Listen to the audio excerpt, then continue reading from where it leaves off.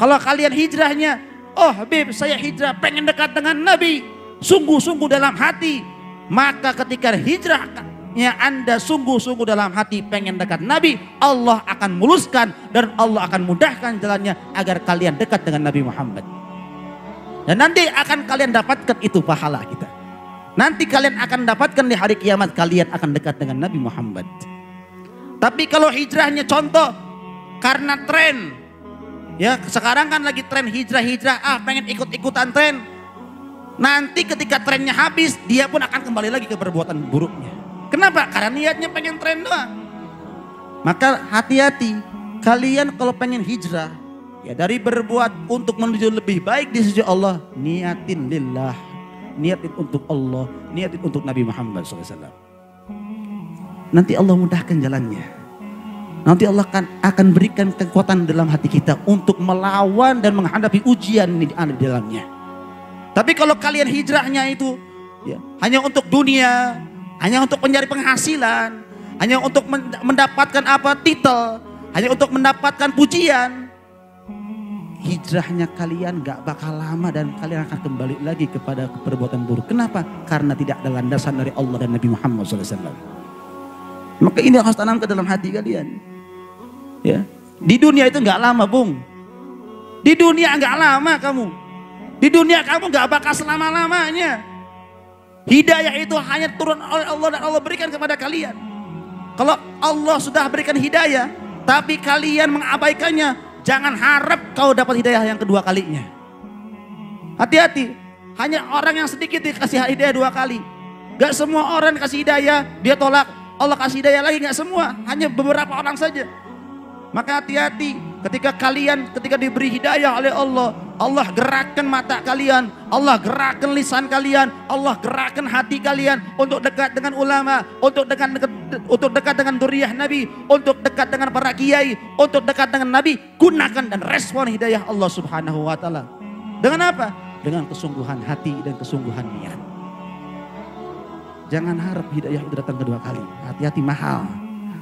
Hidayah itu mahal, pilihan dari Allah Subhanahu wa taala. Seakan-akan Allah itu hanya merekrut orang-orang pilihan. Sini, kamu yang mau masuk surga sini. Kamu yang mau dekat dengan Nabi sini. Maka kalau ketika sudah diberi hidayah, kamu sudah diberikan hati untuk pengen hijrah, istiqomahkan. Hadapi tantangan-tantangan yang ada di dalam hijrahmu itu. Karena tantangan-tantangan hijrah itu adalah penghapus dosa. Karena tantangan-tantangan hijrah itu adalah penaikan derajat. Karena tantangan-tantangan hijrahmu itulah yang akan mendampakkan cintanya Allah Subhanahu wa ta'ala. Maka perbanyak niat yang kuat insya Allah. Maka ini adalah the power of niat. Maka kata ulama, rubba amalun sagir tukabbiruhun niyah wa rubba amalun kabir tusaggiruhun niyah.